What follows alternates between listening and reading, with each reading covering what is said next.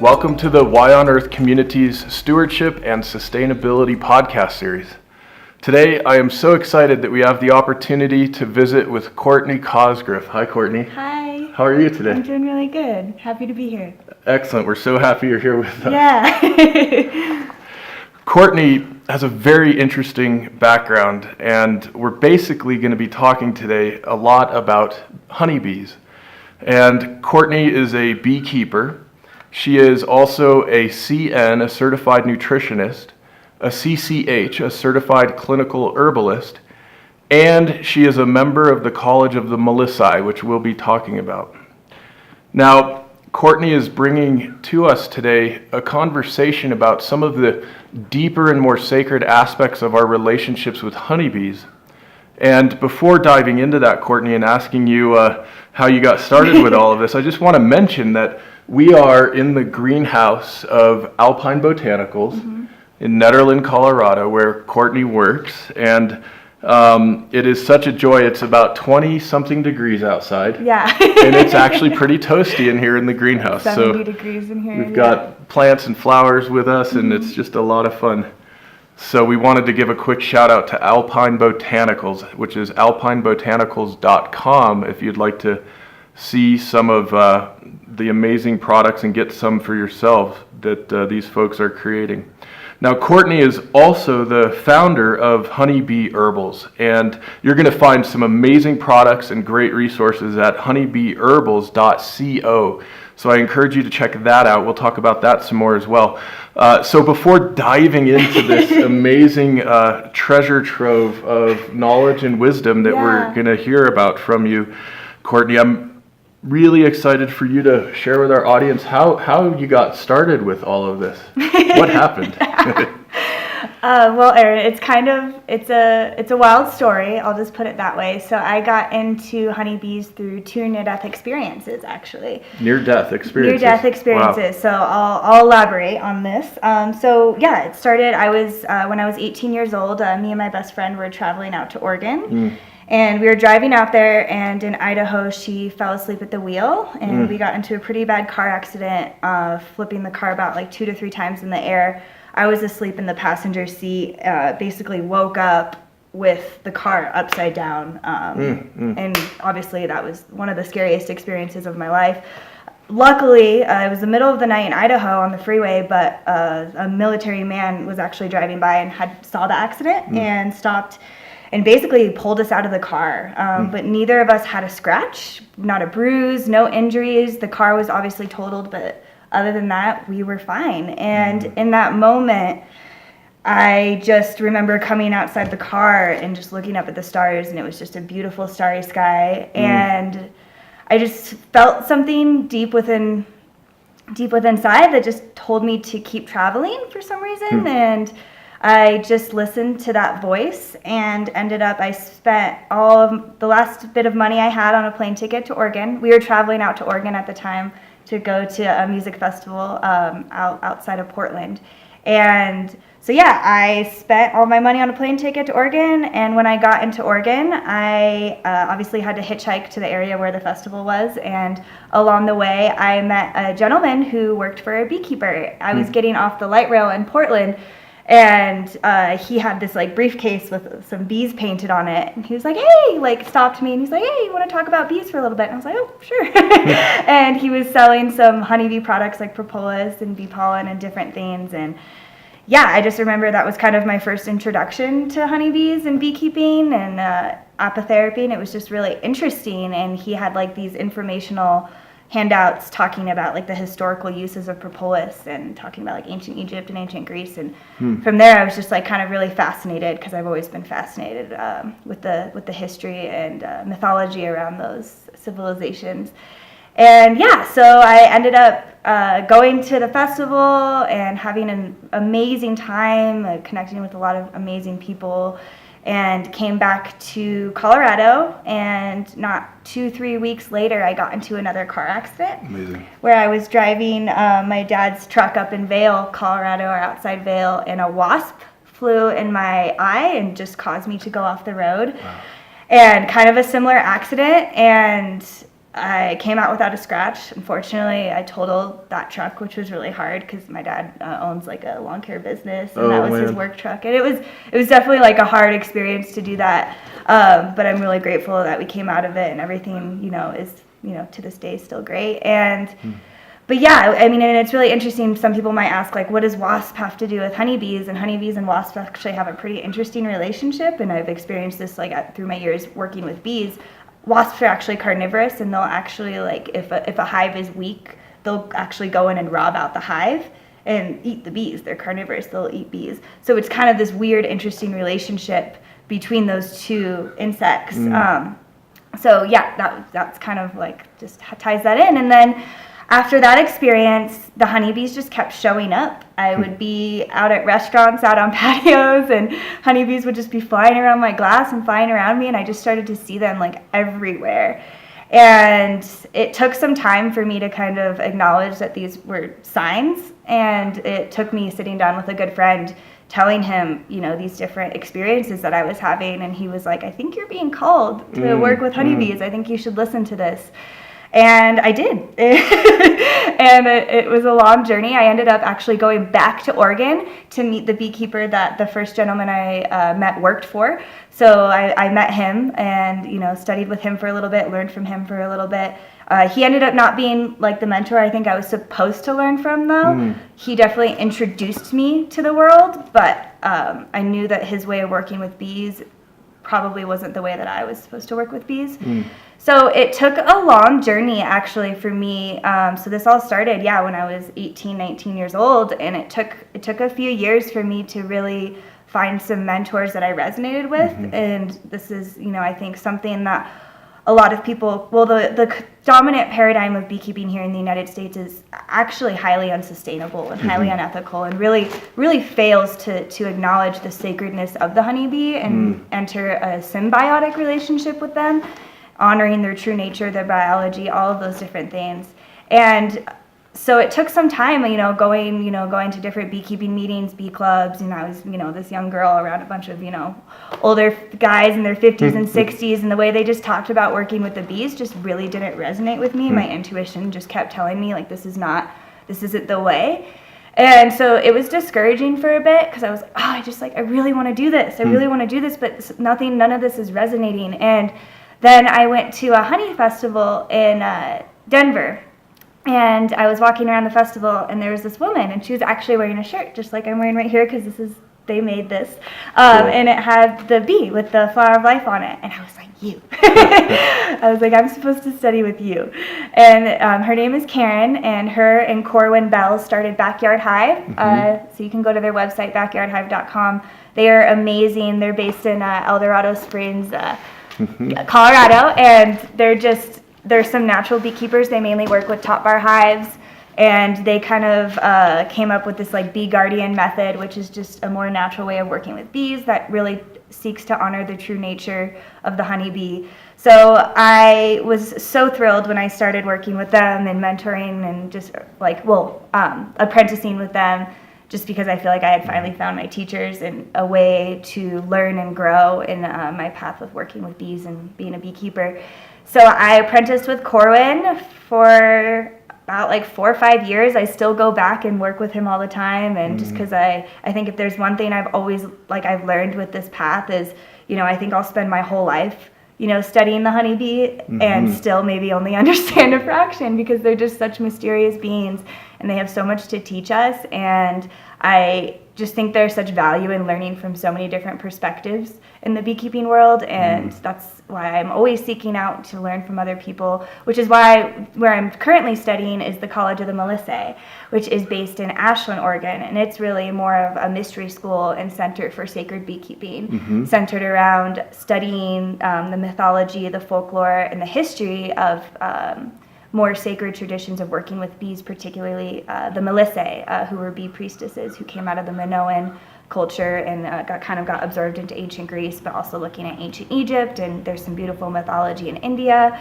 So it's really been cool to kind of dive into that aspect of beekeeping, which is something I'm really fascinated with, is more of the cultural meaning and symbolism behind it.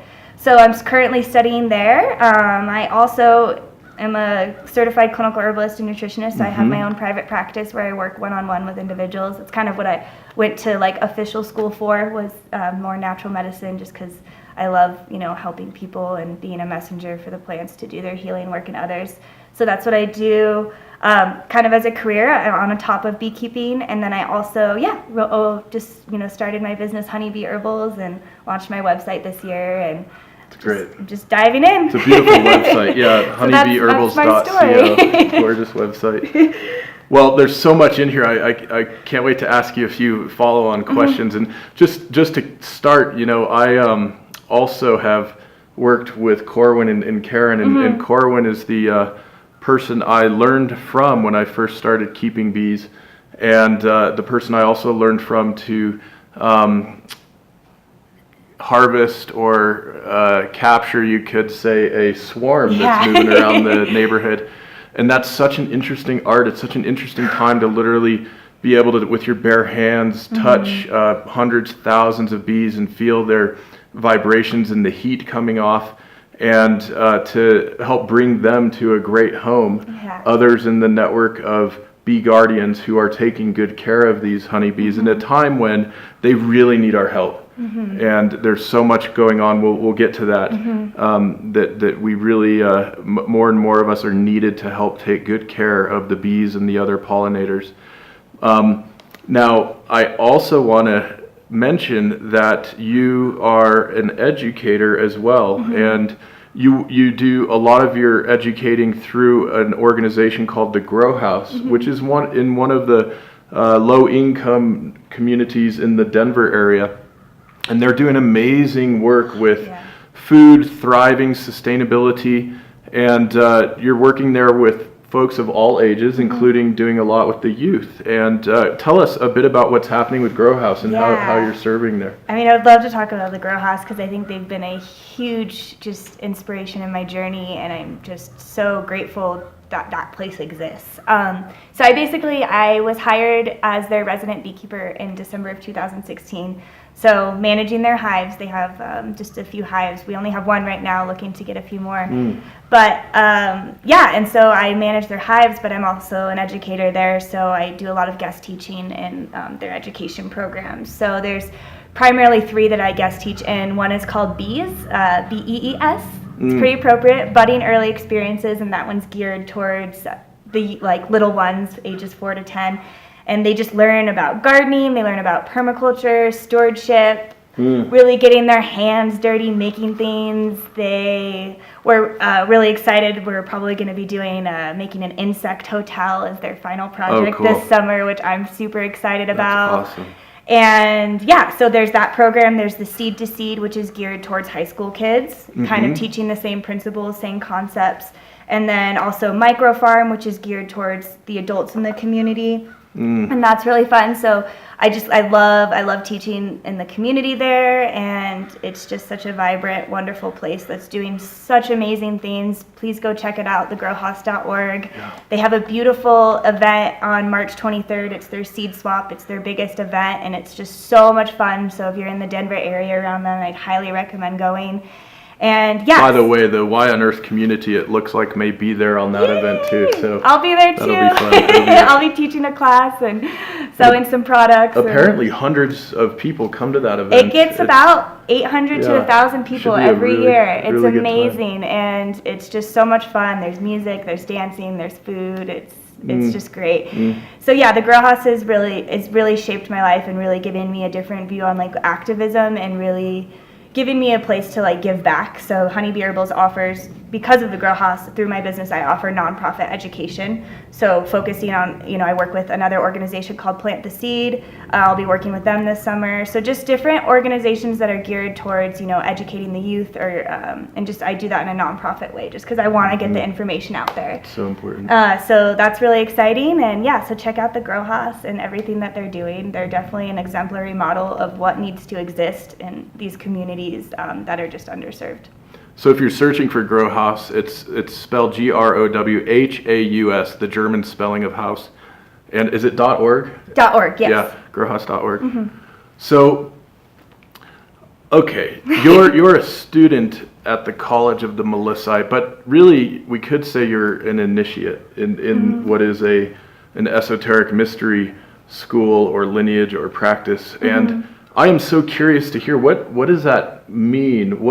I imagine you guys are doing much more than just technical beekeeping stuff. No, not at all. I mean, that's definitely a part of it. And I think one thing that I really was drawn to with this school, and with really like everywhere I've studied, is that bridging of science and spirituality, and just understanding, that those two worlds, they need to come together. So Yes. we do study beekeeping, basics and science and, honeybee biology and stuff like that, and honeybee health. But I'll just share this one quote by Lane Redmond, who wrote the book When the Drummers Were Women, and we go back and reference her work a lot.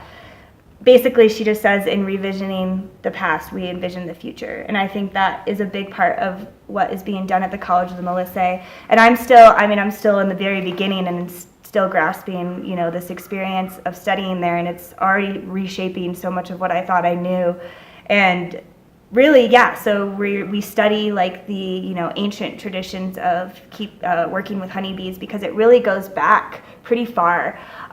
So you have the Minoan cultures, which on the island of Crete, which were pre-ancient Greece, and they were actually an apicultural society. What does that mean? Tell us what that word means. They really they centered around the bees, and Yeah. the bees were a big symbol for their spirituality, their temples. Their main goddess, the mother goddess, was a bee, and that's where the Melissae come from. So the Melissae were later absorbed into ancient Greece, and they were the bee priestesses, and they were oracles, and they served a lot of the most brilliant minds in Greece. A lot of those brilliant minds would go on these vision quests with the Melissae, and they would usually take part in, eating some sort of psychedelic honey or something like that. And it's just, it's very rich and deep, and I'm definitely still grasping and understanding it, that whole area. But the Mediterranean cultures around that time period, around like 3000 BC, were very like centered around honeybees, and the honeybees were very potent symbols in those civilizations, not only for building systems or like but also like temples and stuff like that. A lot of the temples were kind of based off of like the idea of the hive and stuff like that. And in ancient Egypt too, which is really cool. I mean, in that whole year when those car accidents were happening, when I was 19 years old, I actually went to Egypt on my own and got to see, the honeybee symbols like in flesh. On the Temple of Karnak, there's bees everywhere on these pillars, and seeing different hieroglyphs like with bees, depicting beekeeping. That's near Luxor? Yeah, it's near Luxor, the Temple of Karnak. Really cool place. So in ancient Egypt, there's also such a rich history of beekeeping. Beekeeping is one of the really big lasting achievements, I think, of ancient Egypt, because they were one of the civilizations to really, come up with like the idea of a more agricultural society, growing, more food for more people. And they discovered, that, honeybees are really good pollinators, and they would actually like move their hives to different gardens, and it's pretty cool. And Neith, which is an Egyptian goddess, she's actually, kind of like the origin goddess, or the mother goddess in Egyptian mythology that all the other gods and goddesses come from. And she is associated with the bee. So in some of the early myths and stories, she flies off in the form of a bee. And her temple, or the House of Neith, was also called the Temple of the Bee. And it was actually, what was really cool to me, just to, being an herbalist and working in the health world, is it was an education or medical college that mostly women ran, and they focused a lot on like, birthing and women's health and stuff like that. And I think that's just really, really cool, and just like a beautiful symbol for, and that ties in a lot of different cultures. The honeybee is a really potent symbol for the divine feminine. And a lot of, in these ancient civilizations, the mother goddess was really, or some of like Artemis is really a lot of, some of our most famous goddesses had a really deep connection with honeybees. And the honeybee symbol shows up in their myths and stories a lot. So it's pretty cool. It's rich, it's diverse. I have so much to learn and absorb, and I think if there's one thing I'm learning through the school of the Melissae is more so just to observe and interact with the bees, and that's really what we're here to do, is form our own experiences based off of what we observe and pick up on through working with these very sacred, magical creatures. It's so beautiful. There's so much continuity coming to us, to our modern culture, from these classical and even pre-classical cultures. And for some of our audience, it may sound like we're really discussing some quite esoteric subject matter that may or may not immediately relate. Now, I think it's important to spend a little more time on why this might be so essential in these times, living in the Anthropocene, where we humans are having such dramatic impacts on the earth, on ecosystems, on pollinators, etc. And there are some really interesting things to unpack, one of which is the famous, or might say infamous, philosopher Nietzsche, and later Carl Jung, who did a lot with Nietzsche's work, have been unpacking pre-classical Mediterranean cultural legacy, and have realized, Nietzsche in his first major work, The Birth of Tragedy, went back to pre-Hellenic Greek culture, which is essentially Minoan, Cretan, and other cultures around that area, to discover that in our deep mythos, we actually have a much better balance between divine feminine, divine masculine, these different forces that are at work on our planet. And that one of our great jobs now, one of our great projects and works now, is to rediscover and reestablish that balance. And that might sound a bit abstract. Yeah. It's showing up in our social realms in very interesting ways right now. And most importantly, we might say, it's showing up in our ecological relationships. And look, we live on a beautiful spaceship. We all share it. This planet Earth, it's so well engineered, no one needs to worry about the engineering unless we knock it so far out of balance that suddenly we have to do work to restore that balance. Yeah. This is such a beautiful place, and we have really disrupted at a magnificent scale, so that now our main job in the 21st century is to help heal and restore. And of course, that's a big part of the Why on Earth community's work, and why we're interfacing with folks like yourself, Courtney. And anyway, I think that for many of us, digging a little more into that history and that prehistory is actually really important to the foundation of how we got to where we are today. Yeah, I think it gives context to the experiences, and I think in honoring and studying past cultures and these histories, and we're honoring our ancestors by doing that, and it's super, super important that information doesn't get lost. I mean, I think about like the burning of the Library of Alexandria, and like how like we just, all of that just sacred information and knowledge just lost. And I think we really have a duty here right now, and I certainly feel this calling to reawaken that knowledge, and don't let it go away, because that's who we are, and our connection to the earth and the animals and the plants and the soil and the air and the water. I mean, that is who we are. We are a part of that. And in revisioning and then looking at these past cultures, we get a little bit more context and meaning to what we are supposed to be doing, and to these connections to the earth, and how we return to that reverence. Beautiful. Yeah, so beautiful and so important. And the image of the beehive persists in a variety of esoteric and spiritual communities throughout the planet as a symbol of what it means to be working in harmony together with love and with mutual respect and a sense of a greater purpose, right? One of the things that hive, I think, symbolizes for so many of us is that the superorganism of that community is way more important than any one of the individuals. Exactly. Right? And I think I like what you just said, because this is one thing I always try and tell people, in my beekeeping education is, a hive is not a box of insects. It's one being. It's this beautiful superorganism. And when you look at the swarming and the queen and the reproduction of the hive, it's constantly regenerating itself. And, it's this beautiful cycle that just keeps going and going and going and going and going. And, one of my favorite, when I fell in love with the honeybee, I fell in love with the world, because I feel like when I started working with bees, I just started to they teach us this how interconnected life is, and just their relationship with plants and flowers and the medicines they create, and they're just absolutely amazing. And the inner workings of the hive, and they are a potent symbol for, I think one thing that I resonate with so much is sacred service. As, there's this beautiful sentence that I learned, through my studies of the College of the Melissae, that my mentor Laura said, that I was reading, that honeybees represent sacred service as like a beauty path.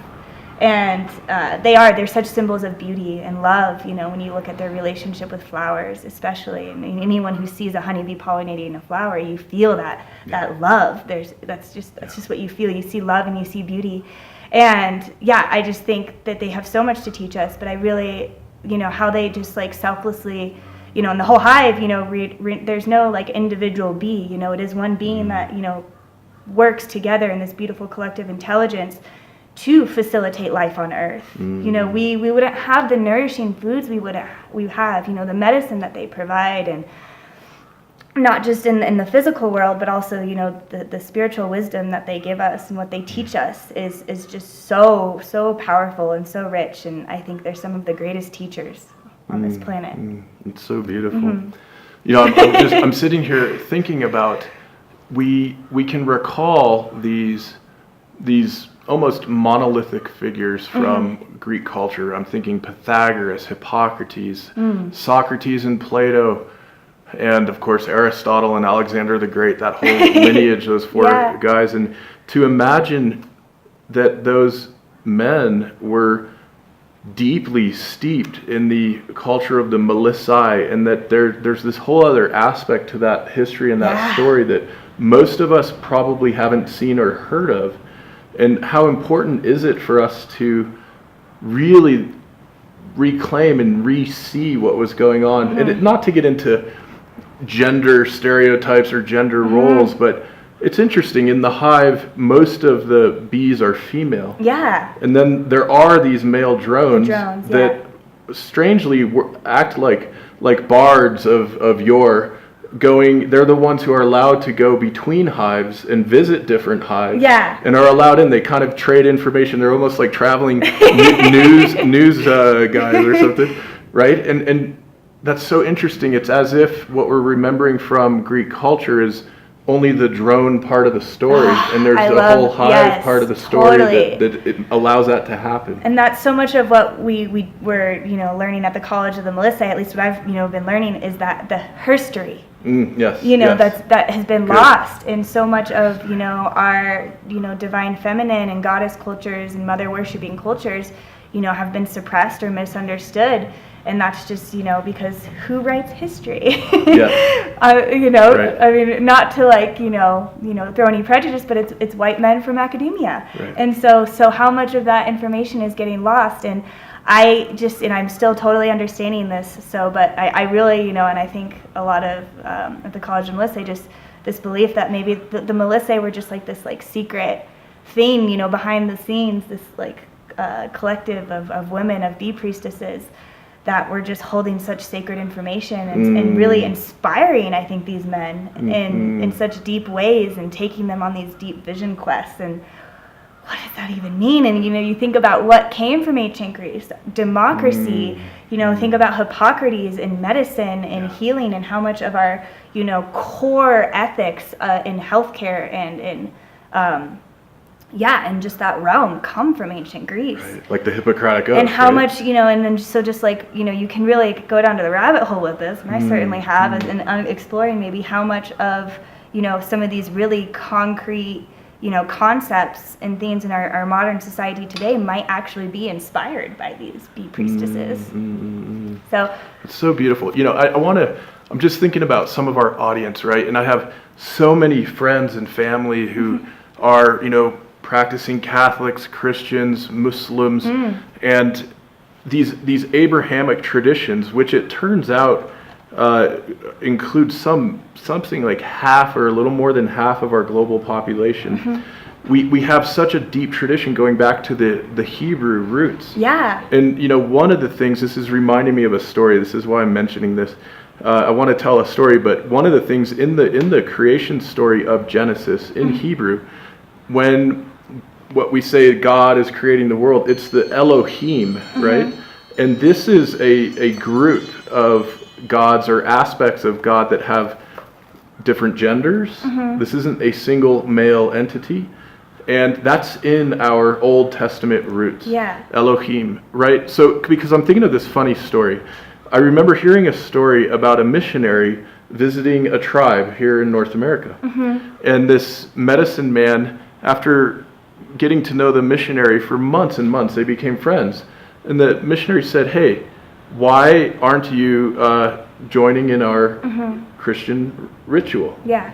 And why don't you like what we're doing?" And the medicine man that says, "Oh, no, I very much like what you are doing, but you only have half a religion. And we too worship the loving Father in heaven, in the sky, and we have a relationship with Mother Earth." And it's the balance of the two that allows us humans to live in harmony on this planet. Absolutely. Now, in some of our Christian realms, we'll see a whole lot of the feminine emerging with Mary, and that's very strong in certain parts of the world, especially Latin America. Yes. But I think it's time right now for this conversation to cross dogmatic barriers and look at the reality of the situation in which we find ourselves, where we have been given this amazing creation, this living planet, and we may not have permission to stay here much longer unless we change our behavior. Yeah, no, we are, the time clock is running out, Yeah. and it's scary, and it's really disheartening, and to just, skate back to the honeybees, and I think so much of what is happening with our honeybees right now is just, they are showing us what we need to see, and they are telling us what we need to hear, and we have to start listening.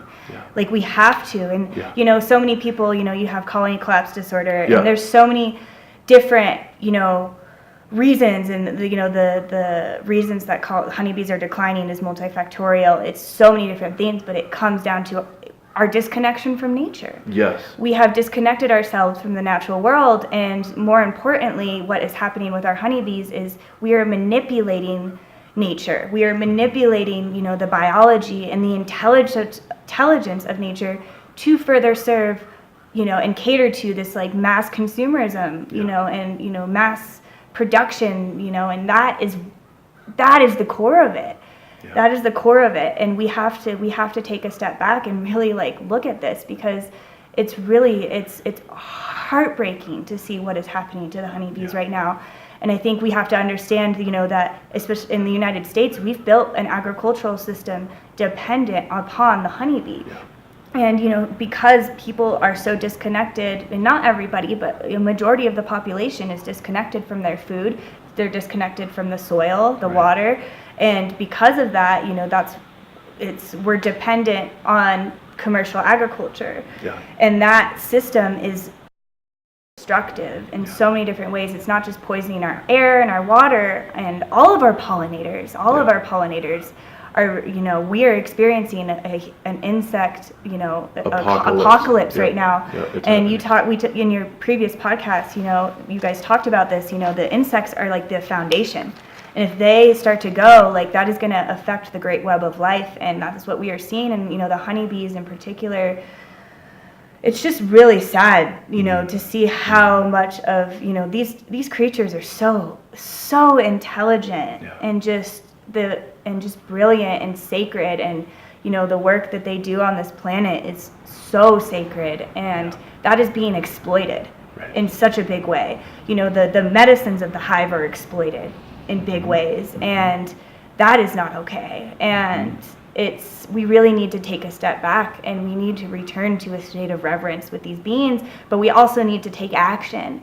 And how we take action is we put our money where our mouth is, and we support regenerative and organic agriculture. We grow our own food. We support those movements. We be a voice. Use your voice. That is one of the most powerful things you can do, and it's something that I've had to come to a long journey of finding my voice and speaking my truth on this matter, because I feel like that is why I'm here, is to speak for the honeybees, because they can't speak for themselves right now. Beautiful, beautiful. In the book Why on Earth, I talk about how powerful our consumer demand is as a signaling out into the world to take care of the bees, to take care of the soil, the water, with each and every organic food purchase.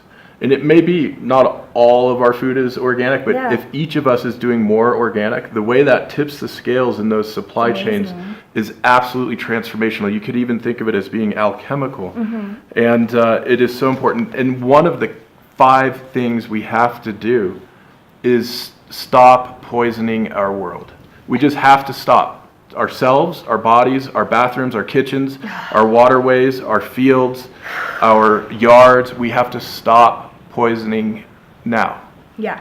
It's that simple, and we can each choose that right now. Yeah. We have to stop poisoning. We have to. We absolutely have to. I think it's just, we don't really have any more time to be, avoiding it.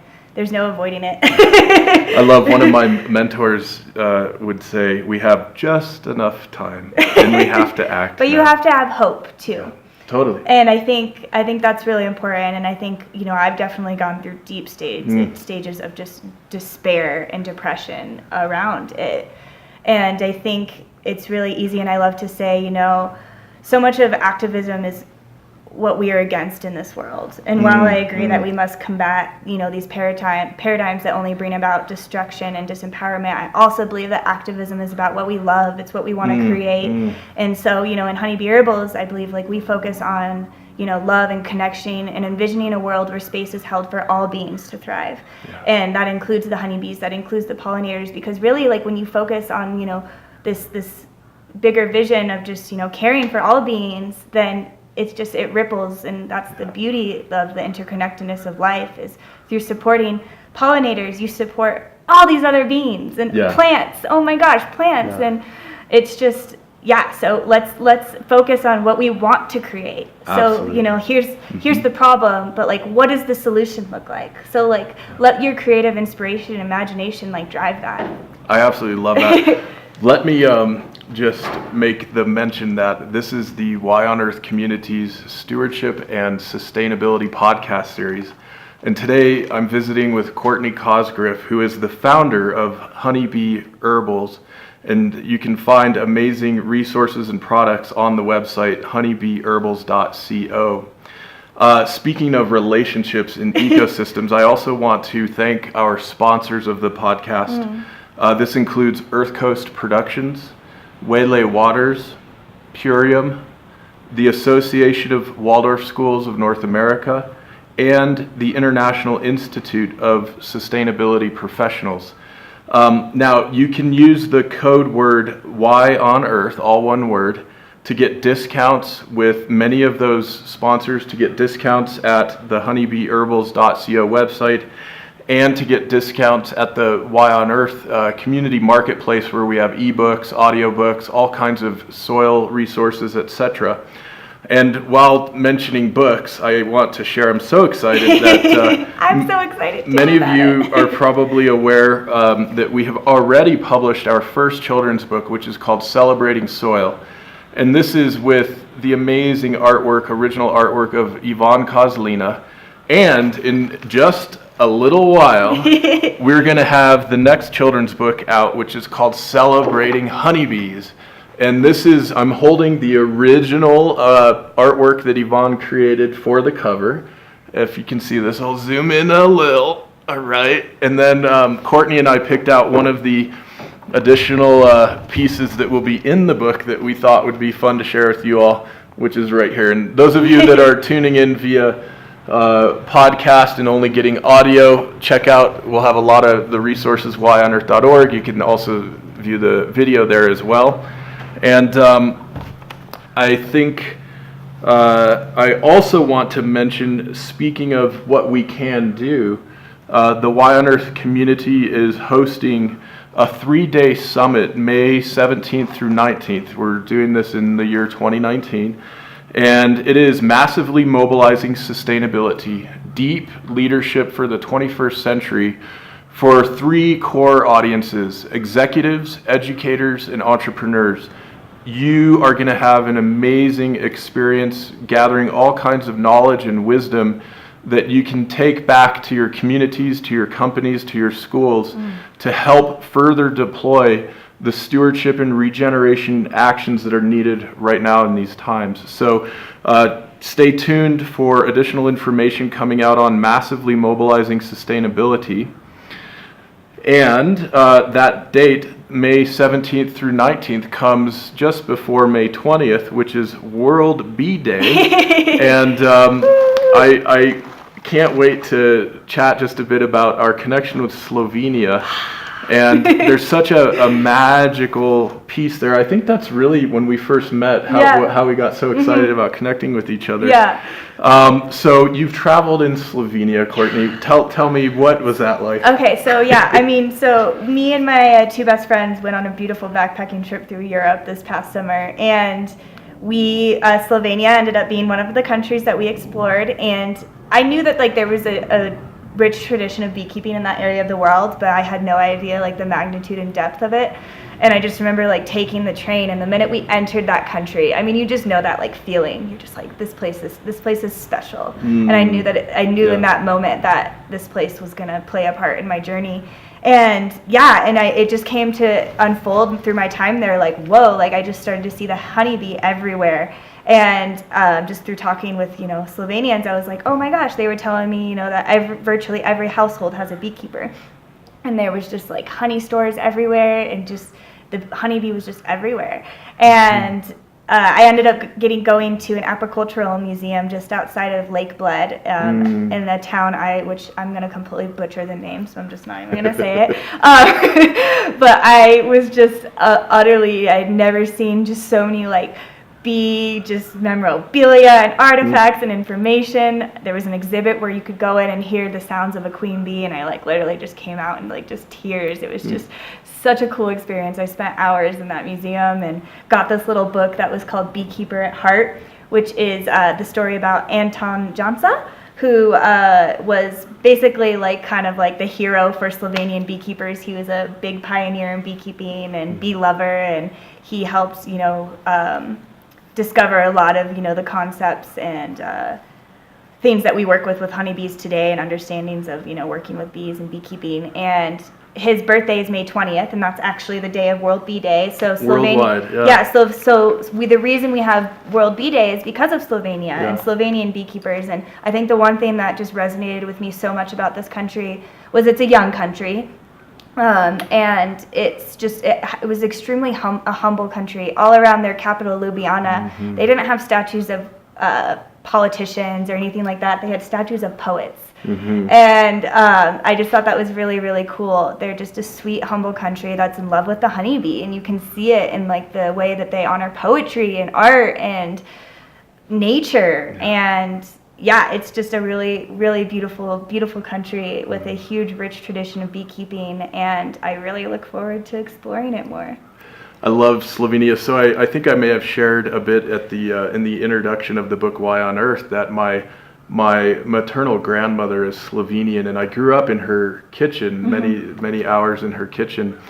And when I was able to visit Slovenia a number of years ago and notice that virtually every family has what you would call either a really big garden or a small farm.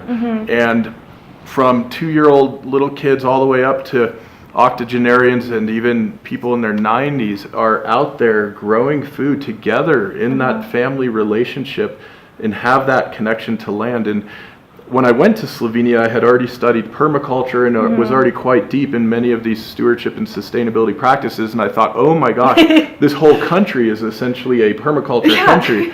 And it's just beautiful. But they're so sweet and humble about it. Oh, you know totally. what I mean? Which is just we all know how some people can let that stuff get to their heads. And I think that's you just can't, because this is who we are as humans. Yeah. I think, if anything, and that's just I think what I love so much about it. It's just their way of life, and it's that's all of our way of life. Right. It's just living with the earth in that way, and I just think it's really, really cool. And look, these weren't subsistence farmers. These were software engineers. These were Yeah. folks running beautiful manufacturing operations that were shipping gorgeous cabinetry all around the world. These are educators and professors and all kinds of professionals who are engaged in growing food with their families. And we can do all these things as we're transitioning into a sustainable framework in this culture. There are patterns out there, ancient patterns, modern patterns, that we can really learn from and emulate in a way that works well. And boy, we get to improve our quality of life while doing all this too. It's a win-win. We need that, good, nourishing organic food, and it's a big part of our health and our well-being, and It's so true.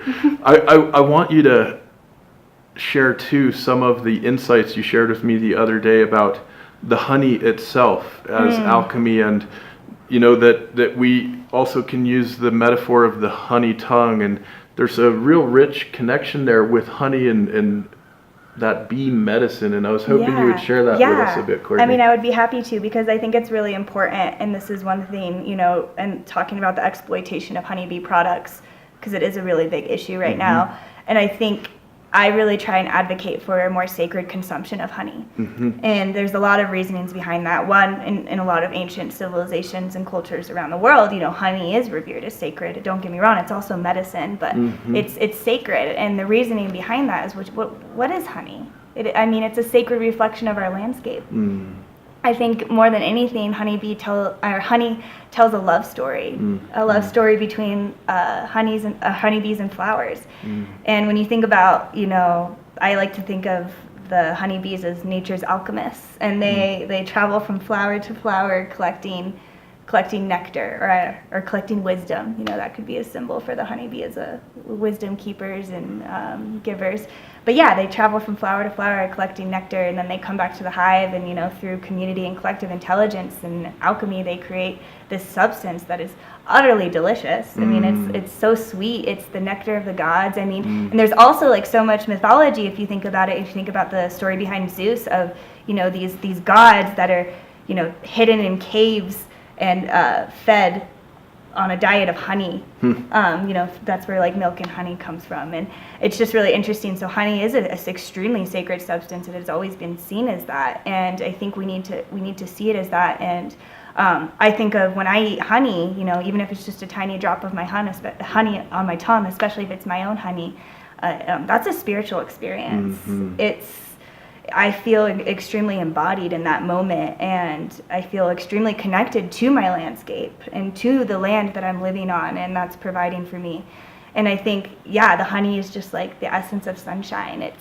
It's utterly magical, and I really advocate. And there's so much work that the honeybees, do to make that substance. So how can we return to a more sacred consumption and relationship with honeybee products, and especially honey? And I think, also when Rudolf Steiner touches on this a little bit, but how, honey is eating honey helps with it helps to enlighten our soul and connects us to the earth, and to the sun, and just focusing on, just a more sacred consumption of the substance. One of my dear friends and mentors has been a beekeeper in the biodynamic tradition from Steiner for a while. And he was sharing with me that we can think of the bees as they're moving through the landscape as being like living crystals or prisms. Through their wings, that sunlight is being spread all over to all the plants and all the critters that are living there. And it's like, wow. I've never thought of that, and that's just what is so amazing about honeybees is they just have so many little droplets of wisdom and sacredness, and I feel like I will be exploring them for the rest of my life, and still just continue to find little droplets. And I think just one thing that, listening to the bees and sitting with the bees, and I think when you work with bees, you really just start to really see nature and work with nature, and this force, that facilitates all life. And one really other cool, historical reference is in India. There's a lot of cool connections with honeybees and bees around the sound, and so the in old Indian texts, they associate the buzzing of bees with the celestial hum of creation. And there's a breathing practice called Brahmari Pranayama, where you actually like make yourself sound like a bee, and it's absolutely amazing. And to be in a room with a bunch of other people doing that pranayama practice is so cool. And I think there's such power in the sound of the bees and the buzz and the hum, and how that is just like this unstruck sound of the universe. I've actually been in some circles where we'll have somebody in the middle and everybody else surrounding, creating that sound. And it's just tremendous. Right? You just feel light and love vibrating throughout your whole body. It's amazing. And I think, when you do that, like when I've been in experiences where people are doing Brahmari, and it's like, we're just like this hive, we're all working together, but we're all like one being, just buzzing together, and there's such magic there. And I think that also, ties into how much the honeybees can inspire community. Beautiful, Courtney. Well, I am so grateful we had the opportunity to speak with you today. And before closing, I wanted to just share that, that experience you had that you shared at the beginning of our discussion with the 2 car accidents, these near-death experiences, and then having these bees showing up, and it's like you were being called and you listened to that call. And I want to invite our audience, we're probably all being called. Some of us maybe miss it sometimes, or get it, hear it, feel it, experience that call, and then just kind of let it go and get back to our busy lives or whatever it might be. And Courtney, I think the fact that you have responded to this call the way you have is so important. This is the network of leadership emerging all around our world. And my hope is more of us will connect with what you're doing, honeybeeherbals.co, and we'll also feel the resonance of your response to that sacred call, and feel that invitation to respond even further ourselves in our own lives, wherever we might be. It's such an important time. Yes, it is. And I think also, mine was a dramatic calling. And I just want everyone to know that you don't really have to have this dramatic experience to be called. It could be as simple as you're out one day in nature and you see maybe like a honeybee, or you see a creature, and something in your heart just lights up. That's a calling. And I think, so I don't want my experience though to discourage anyone also, and think that like, oh, well, I didn't go through this like crazy 2 near-death experiences and all these mentors and signs came into my life, so that's not my calling, or I'm not being called. I think we're being called every single day, and I think we just have to listen. The earth is always calling out to us with, wisdom, and we just have to listen. So that's just one thing I would just skirt on that is, it doesn't have to be this big dramatic thing. That's so beautiful. Well, listen, I am so happy you were able to join us. I have this little flag, "We Love the Bees," from my mom's garden. And just wanted to give a shout out to her and to the Slovenian friends and friends all around the world who are engaging in this sacred stewardship and collaboration with bees. And Courtney, thank you so much for joining us. Thank you. It was such a pleasure to have such a great conversation. Fabulous. Cool.